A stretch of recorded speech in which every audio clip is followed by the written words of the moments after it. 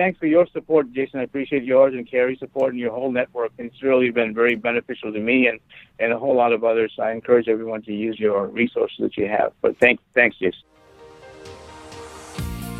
Welcome to the Creating Wealth Show with Jason Hartman. You're about to learn a new slant on investing, some exciting techniques, and fresh new approaches to the world's most historically proven asset class that will enable you to create more wealth and freedom than you ever thought possible. Jason is a genuine self-made multimillionaire who's actually been there and done it. He's a successful investor, lender, developer, and entrepreneur who's owned properties in 11 states, had hundreds of tenants, and been involved in thousands of real estate transactions. This program will help you follow in Jason's footsteps on the road to your financial independence day.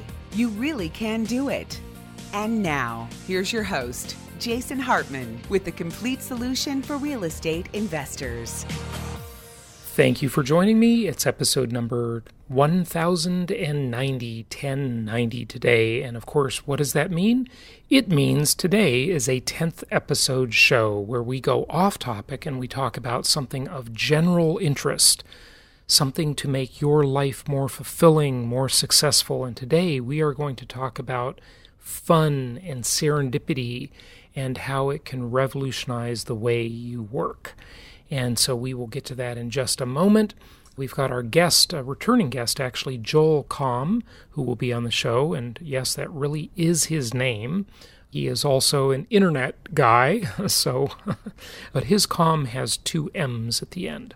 So I want to talk to you for a moment about letting go of things. You may have heard this story that is used occasionally by speakers and so forth, or I believe there was a sort of similar story in the book. I think this book's, it's got to be about 40 years old now, Zen and the Art of Motorcycle Maintenance. Have you heard of that book?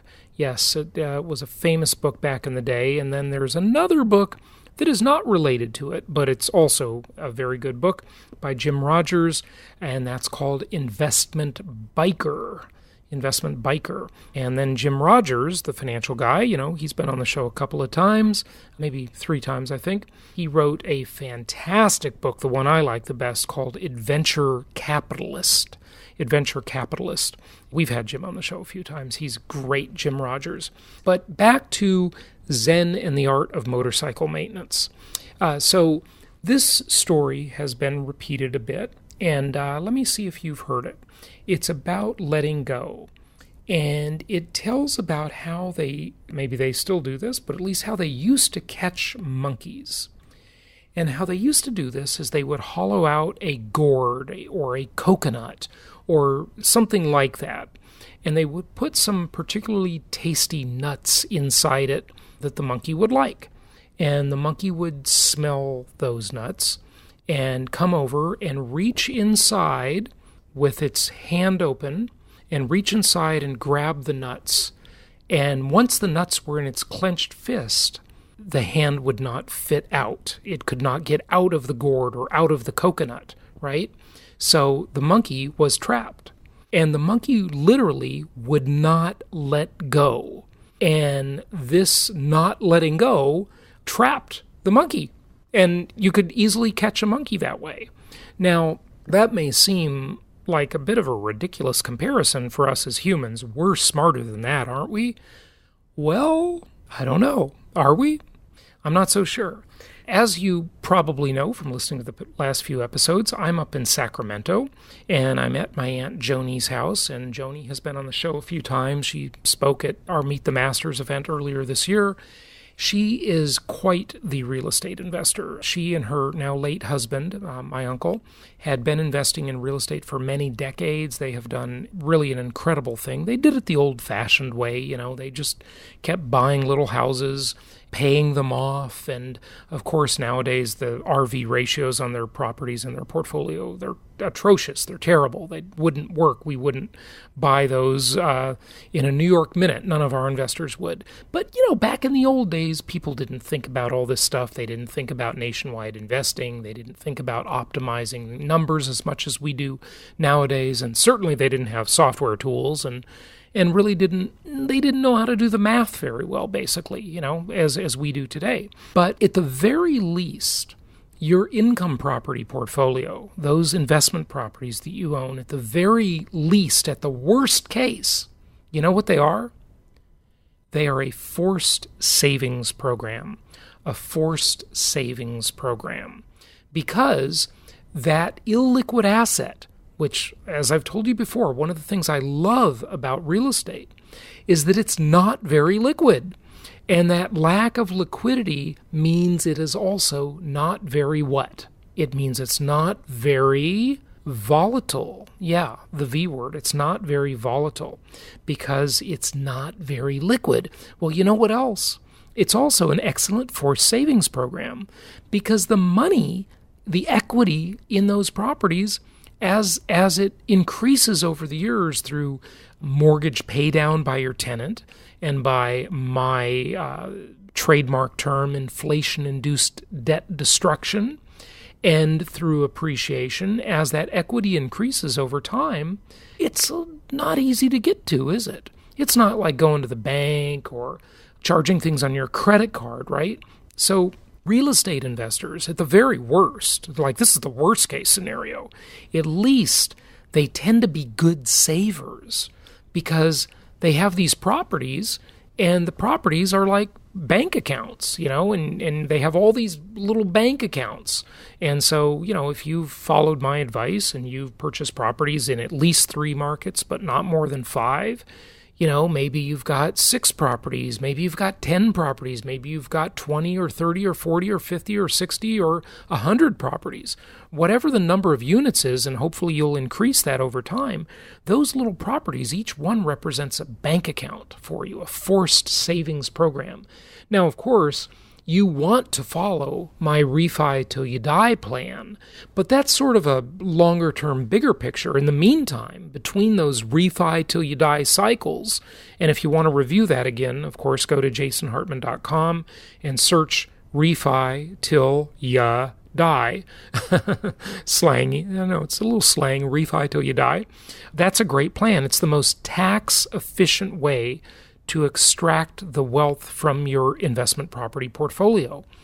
And so what does all this mean, right? So I'm at Joni's house. I've been here for about a week, and I'm on my way to San Francisco tomorrow to, enjoy the city of San Francisco while it lasts, because it's been decaying pretty quickly, as you have probably heard. Last time I was there, I reported on San Francisco. When I was there a couple of years ago, I used to absolutely love that city, but I just read an article that they are now doing graffiti on the sidewalks in human feces. Yeah, how disgusting is that, right? So San Francisco ain't what it used to be. Of course, idiotic left-wing government, you do that for a couple decades, you can ruin anything pretty successful. Look what it did to Detroit. Look what it did to Europe. Look what it did to Venezuela. Look what it does everywhere it's ever tried. At every time in history and every place on earth, big left-wing ideas fail miserably. And look, that's just the facts, ma'am. I mean, like they used to say on the show Dragnet, just the facts, ma'am. That's exactly what happens. So I've been here in Sacramento. I know, a few tangents here, but you'll keep up.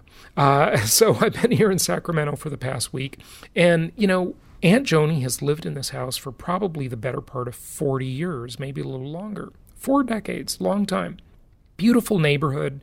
What you notice is this, and I notice it in an even more pronounced way in my late grandparents' home in upstate New York, in the middle of literally nowhere on a dirt road. This is where my mother and her siblings all grew up, in upstate New York, between Buffalo and Rochester, in the middle of nowhere on a dirt road, on a farm.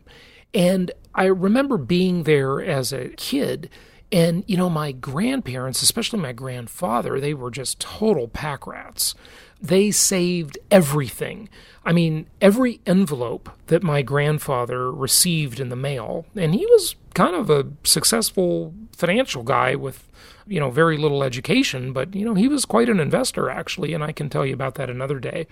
But every envelope that came, my grandfather would save the envelopes and use them as note paper, scratch paper. I kid you not. He would have his stock quotes on there, his coin collection information on used envelopes.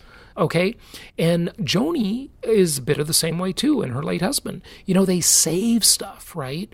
Because the old rules, and this is where we get back to the monkey and letting go of the nuts. Okay, letting go of the nuts. That was the moral of the story on the monkey. Because the old rules, that was the right thing to do. In the old days, goods were scarce. The world was scarce. What changed it? Well, there were several waves of change that happened throughout history. Of course, the first one, the major one, being the Industrial Revolution. And America, because of the way the whole game worked out and World War II and so forth, America owned the Industrial Revolution. I mean, by a long shot. And was able to progress so much more quickly than every other nation on earth.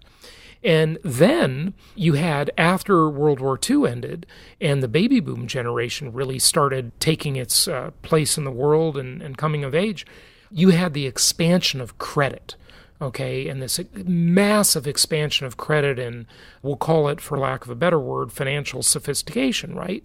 That expanded the consumer economy. And then you had another big thing. What happened in the early 70s? Well, you think I'm going to say, well, Nixon took us off the gold standard in 1971. Well, you're absolutely right. That happened, of course. But what else happened? Nixon went to China. Nixon went to China. Remember the historic trip where Richard Nixon went to China and basically opened up China. And I have always postulated that Nixon, he took us off the gold standard, closed the gold window in 1971, so the dollar was no longer tied to gold at all.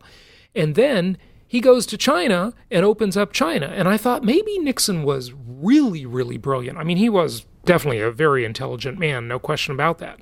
But maybe he was even way more intelligent than anybody ever gave him credit for. And here's what I think, is that maybe he saw when the dollar became detached from gold, he saw the future. And, hey, it happened during the Carter era, right? The misery index, stagflation, where we had lots of inflation and lots of unemployment at the same time. And Nixon, maybe the real reason he went to China was not world peace. He went there to open up a new manufacturing market. And by golly, what happened? Well, fast forward 15, 20 years, and China really started to open and become the workshop of the world where cheap consumer goods were made, right? And so the rules changed. So I ask you, before we get to our guest today, what rules have changed in your life? What nuts are you holding on to that are causing you to miss out? What are they causing you to miss out on, right? If you're holding on to the nut that says, pay off your debts, debt is bad, don't take out a mortgage on a property, well, you're getting hurt. You're trapped. You've got the nuts, they're clenched in your fist, and you can't pull your hand out of that coconut, right? Like those monkeys. And so you're hanging on to an old idea that just doesn't work anymore, because now we're in an era where inflation-induced debt destruction makes sense. Okay, we're in a new era. The rules have changed. The rules of saving things, right? And I'm not saying this is great for the environment. Look, the consumer economy is not great for the environment, okay? But just look at it from the perspective of your own life. Do you need to hoard things? Do you need to hold on to all your old books and all your old stuff? I mean, look, at one time, I had a collection of about 4,000 books, okay? Because books used to be the thing. That was before Kindle. It was before podcasts. It was before audio books on your phone. You can store thousands of them now.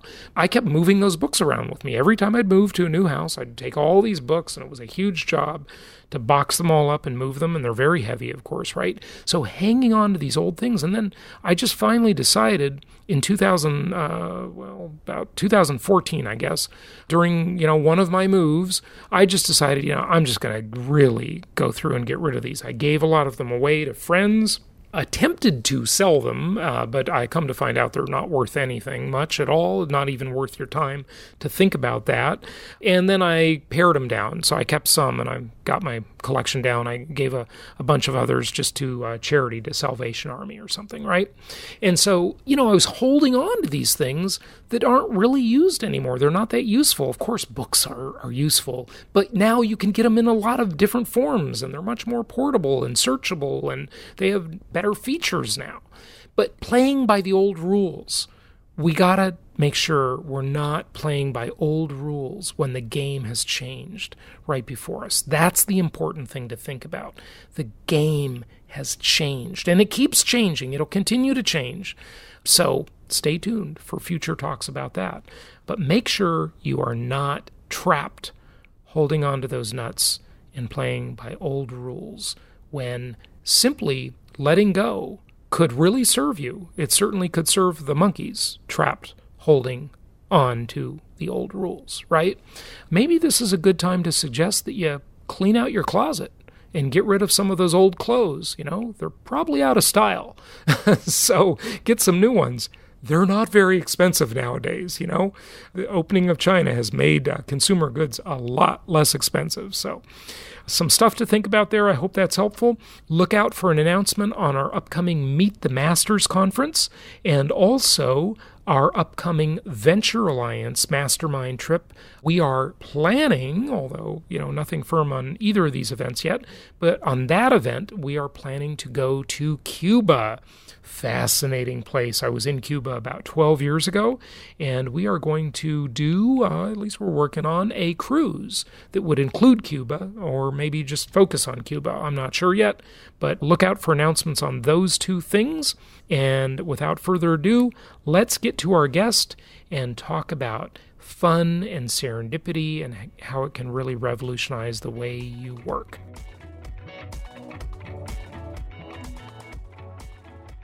Be sure to check out our Cyber Monday sale. It is going all week long. It will end soon, but it's our best deals of the year at hartmaneducation.com. That's hartmaneducation.com, where all of our info products and educational products are half price for Cyber Monday, our best sale of the year. hartmaneducation.com.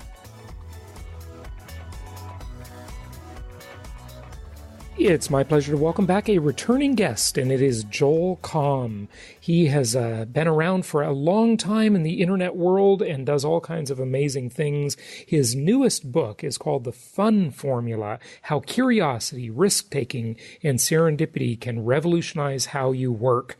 He's also host of a cryptocurrency podcast, talks a lot about blockchain and the future of I guess really the world, if I could make such a bold statement when it comes to blockchain. And so we'll dive into both of those topics. Joel, welcome back. How are you? Oh, I'm great, man. Thanks for having me, Jason. It's a pleasure to talk to you again. It's good to have you. It's good to have you. So, hey, we all should have a little more fun, I think. I know that would be a good thing for me to do. Tell us about the Fun Formula. Well, the Fun Formula is my 15th book, and it's probably my most personal one. In the past, I've written about Twitter and internet marketing and Google AdSense, all very strategic and tactical ways for people to build a business online. But, I was really getting fed up with the hustle and grind mentality that I'm seeing being, pushed out there on people, especially younger people that are just getting started, as though somehow work is everything. What I did is I kind of reverse engineered my 23 years of doing business online. And I looked at my successes and my failures, and I was able to determine that my greatest success came with the least amount of effort. In each and every instance, it was, when I had my nose to the grindstone and really just busting a hump, that's more than likely where I struggle the most in my business. But the 7 or 8 home runs that I've had in my career were the ones that seemingly came the most naturally. And what I realized is those came about when I was having the most fun doing what I was doing. Right. And so that's why the Fun Formula. Okay, so that is a great philosophy. Here's why I think you might have some skeptics, including yours truly. I have fun, I travel a lot, do stuff, but I'm a grinder. I mean, I work, like a lot of people in my position, you got money, they don't work. I work. I still work. I love projects. I have passion projects I want to do, right? Just as a lot of us do. But, how can you trust the fun formula concept. In other words, I know that if I'm going to grind it out and work really hard, I'm going to achieve something. But if I kind of sit back and, let the chips fall where they may, and some great creative idea comes to me, like the fart app, I don't know if that's going to happen. Can I trust it? How can I trust it? Well, I never said sit back. Yeah, okay. There's this element of you still have to do something, right? You can't just stay home and, turn on daytime television and eat bonbons and expect miracles to happen. It's a two-part process. You have to do something, but that something should come from your passion. You should be driven by the things that excite you the most. You should be curious and be willing to explore and to take risks. Right. Then there is the part of needing to trust the process. There is a waiting for the right time, the right person, the right email, showing up at the right event. It's kind of, there's something to serendipity that's very real. Now, if this happened to me just once or twice, I don't know that I could build a philosophy around it. Sure. But we're talking, major home runs and major failures. And always the home runs came from applying this philosophy. And I think if you've not experienced that, it's usually because people are afraid. Right. What if I quit hustling and grinding? Right? They haven't learned to trust the process, or they're putting all their eggs in one basket. They're buying into the idea that, see that door over there that you want to get through that's barred and locked and shut? Well, they tell you you're supposed to keep banging away at that door. I say that's nonsense. We live in a time where there is so much opportunity that while you have the tunnel vision to bang away at that door, there's an open door to your left, there's a door open to the crack to your right, there's a window open above you.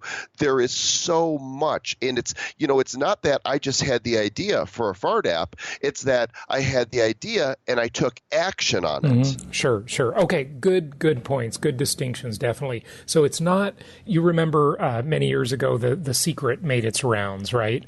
And everybody was starting to think that you could just sit around and visualize and everything would drop into your lap. Oh yeah, no, I am anti The Secret. Yeah. I think that is some of the most dangerous philosophy that has been put out there. It was pretty ridiculous. I mean, certainly that's one component of it. So I wouldn't say I'm anti The Secret, but it's just one component. There's more to it. You got to do something. And you're probably familiar with him, but Michael Singer, he has a great book called The Surrender Experiment. And I think it maybe blends in with what you're talking about here, how you got to have an opening, create an opening in life to let the world fill in some gaps, right? It's not always like we have to go run and chase everything. Would that be a correct statement? I think so. Yeah, I think that, life unfolds before us and rarely in the way that we think it's going to. The world tells us that you get your education, you get a job, and then you work at that job, and then one day you retire. People are always planning for the future rather than living today. Carpe diem. We have to seize the day because we don't know what's going to happen. We don't know how long we have. And I can tell you that the vast majority of the plans that I made did not work out the way I thought they would, or did not work out at all. There's a certain amount of faith and trust that it takes to go through life that is willing to roll with the punches and accept changes as they come our way and adapt to them. But it's those times that we actually, when we realize that, security is kind of an illusion. We create our own sense of security, but, you don't control when you were born. And with the exception of those who do something tragic, you don't control when you leave this planet. And so control is an illusion. And sometimes the more we are willing to trust what's taking place in our lives, the more we are open to the good things that can really bring us down the road to not only success in our business, but greater fulfillment in life. Yeah, absolutely. Okay, good stuff. What else do you want people to know about this? Are there any mechanics, any list of items, anything to make it a little more tangible than an attitudinal thing? Well, yeah, that's what the book is all about. It dissects this whole process. It's funformulabook.com that people can check out, how to move from fear to fun. And I talk a lot about work and play and what's the difference between them, and to take note of the hobbies in our lives, because they could be, a signal to something that could actually become a core part of our business, and how important it is to show up without necessarily expecting something specific, but being open to who you meet and what you learn and what opportunities present themselves. Yeah, absolutely. Good stuff. Good stuff. Joel, you want to switch gears and talk a little bit about blockchain and cryptocurrencies? I love talking about crypto. All right. Good stuff. Good stuff. Well, this is the blockchain, many people have said, and many agree, this is a world-changing technology and will shape so many things that we do in the future. I think it's important to differentiate that from cryptocurrencies. They're not the same thing, right? Cryptocurrencies just happen to use the blockchain. Right. And Bitcoin certainly popularized the technology, but they are two separate items, right? And we can certainly talk about both of them, but I just want to kind of put that out there at the beginning. Well, yeah, they go hand in hand. Blockchain is the technology. It's the decentralized distributed ledger technology that can be used to make all of the way we do payments and contracts and just about anything that requires a database to be faster, more cost-effective, and more efficient. Cryptocurrencies are the different types of tokens that can be used upon blockchain that will have various different utility. Mm-hmm. Okay, so are you bullish on both? Yes, I'm bullish on all of it. Both blockchain and cryptos being built upon it are here to stay. In fact, I believe that blockchain technology is the single most disruptive technology of our time. And to me, I remember when I got started in computers in 1980 and dialing in at 300 baud and thinking, this is the future. We're going to communicate in this online world one day. And I built my first website in 1995. And back then, people were still writing, and skeptics were saying, will people really buy online? And those of us who knew were, of course they're going to buy online. How dense are you? Well, here we are today, and the World Wide Web and e-commerce is totally disrupted how we do so many types of interactions. And blockchain feels, smells, looks, tastes, sounds exactly like the web did in those early days. It's coming, only it's coming faster and more furious than the web came. And everybody's vertical is going to be disrupted in some way. And there will be a time, you think about 10 years ago, very few people had smartphones. Most people were still using their Razor or their Nokia. And today, everybody is connected to their smartphone all the time. In 10 years' time, it has totally turned upside down how we engage and do so many activities. Blockchain is going to be more disruptive than that. Talking on the cryptocurrency side of the equation for a moment, what about the opposing forces to cryptocurrencies? And just so you know where I stand here, I would love nothing more than to see a decentralized currency that is owned by the people rather than the central banks, rather than the Federal Reserve, et cetera, and the governments. But these are pretty powerful forces to compete with. They have a very vested interest in keeping things the way they are. They can control inflation rates and the amount of real money or real dollars in which they have to pay back debts to foreign countries and so forth. There's a pretty powerful set of opposing forces, right? Absolutely. There's always, a battle for change. There's always going to be opposing forces. Those that made the horse and buggies, the buggies for the horse and buggies were opposed to Henry Ford and the automobile and talked about how we didn't need these. There was a time that somebody said that they couldn't imagine how the world would ever need more than 2 computers. But, technology moves forward, and what we're starting to see is many of these forces that are opposed are beginning to figure out how are they going to embrace this. They realize they cannot stop this. They can attempt to regulate, but crypto wants to be free, and it's going to find its way one way or another. And so, the battle is on, but we are seeing many of the larger financial institutions and powers that be begin to bend the knee to the inevitable future. Here's the deal. If you don't go where the technology is moving to, then you're going to become Blockbuster Video. Netflix is going to kick your butt. You're going to become the local retailer that lost out to Amazon. You're going to become Nokia that completely lost all market share to Apple. That was shocking too. I know Nokia had it. They had the world at their feet, and then iPhone came along. It's just amazing how quickly something can change.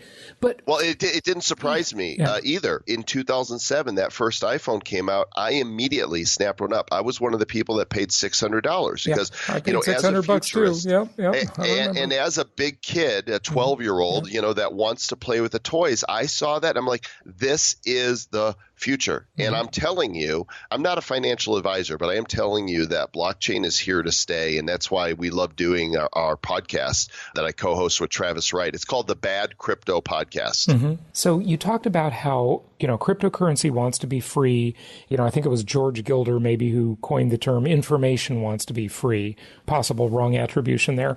I agree with you. It wants to be free, but can the forces that oppose it prevent that? Maybe, maybe not. I don't know. For example, there are certainly commodities that are illegal, right? Like illegal drugs, but they have intrinsic value. People will trade in them, right?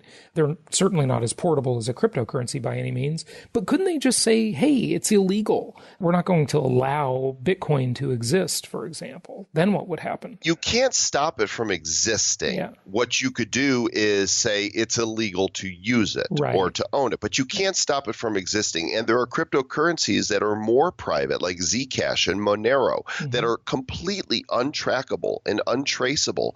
And if the governments are going to get so repressive that they're going to stifle it, people will use it underground and it won't be trackable. You would have to take down the whole technology grid for crypto to be rendered useless. And frankly, I don't see that happening. Too many people have too much at stake, and we're starting to see big money coming in and sitting on the sidelines. And once that happens, that's it. It's game over. Well, talk about the financial industry, the big financial industry, the banksters and so forth, and what they're doing in the space. I mean, I remember it's amazing how quickly it changed too. I remember this.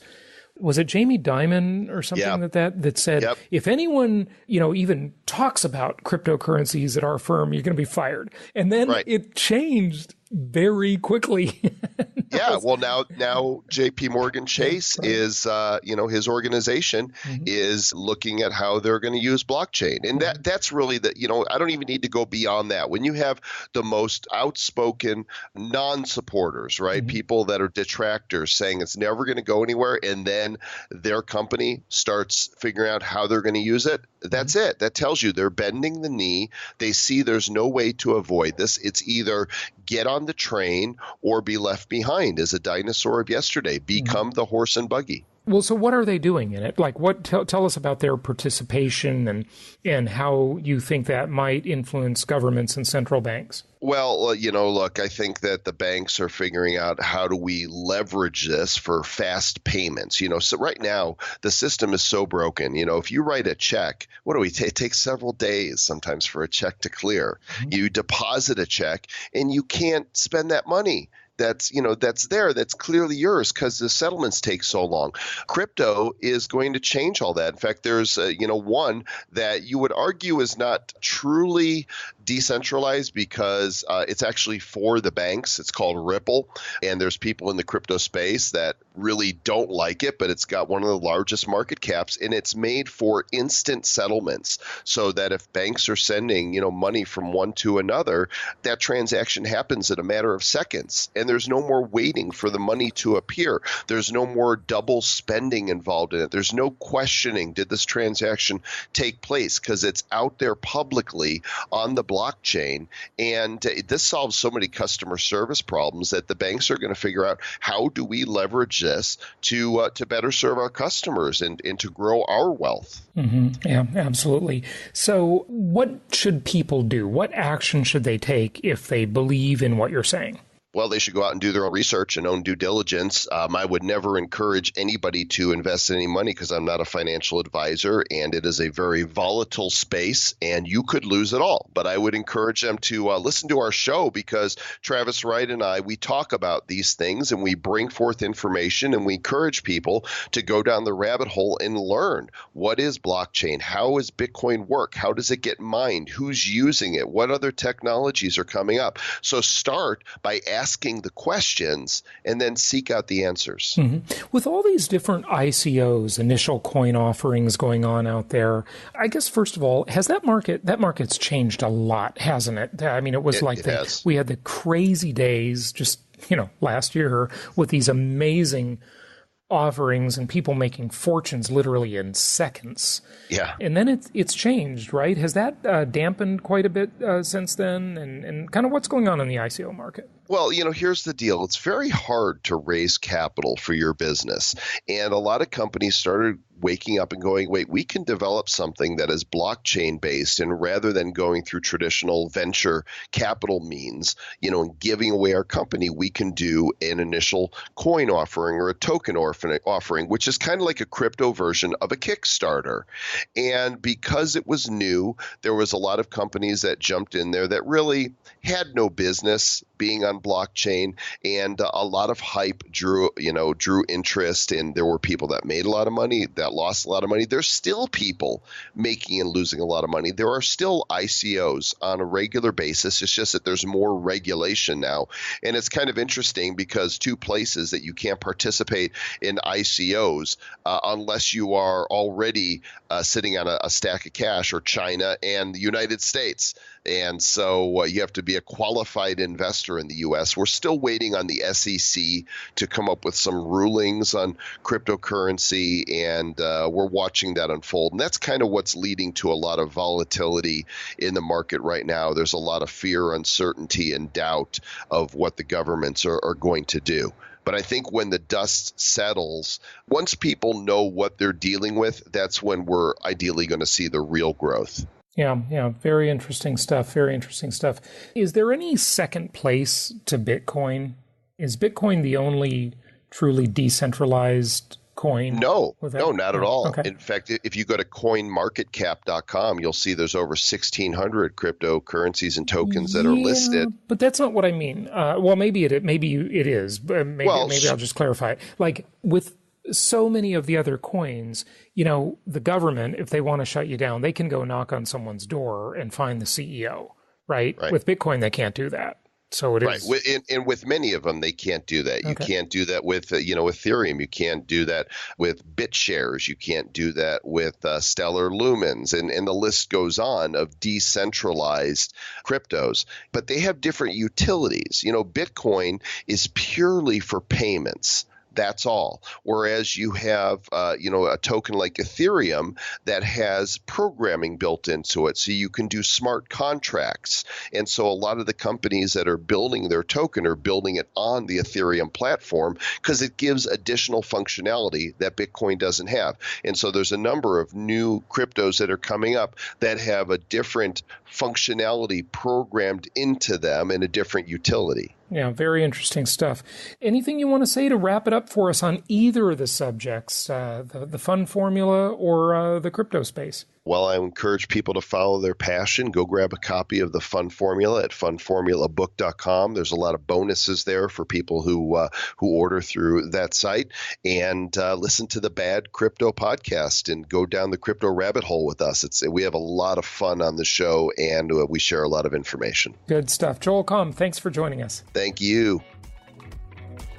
Thank you so much for listening. Please be sure to subscribe so that you don't miss any episodes. Be sure to check out the show's specific website and our general website, hartmanmedia.com, for appropriate disclaimers and terms of service. Remember that guest opinions are their own, and if you require specific legal or tax advice or advice in any other specialized area, please consult an appropriate professional. And we also very much appreciate you reviewing the show. Please go to iTunes or Stitcher Radio or whatever platform you're using and write a review for the show. We would very much appreciate that. And be sure to make it official and subscribe so you do not miss any episodes. We look forward to seeing you on the next episode.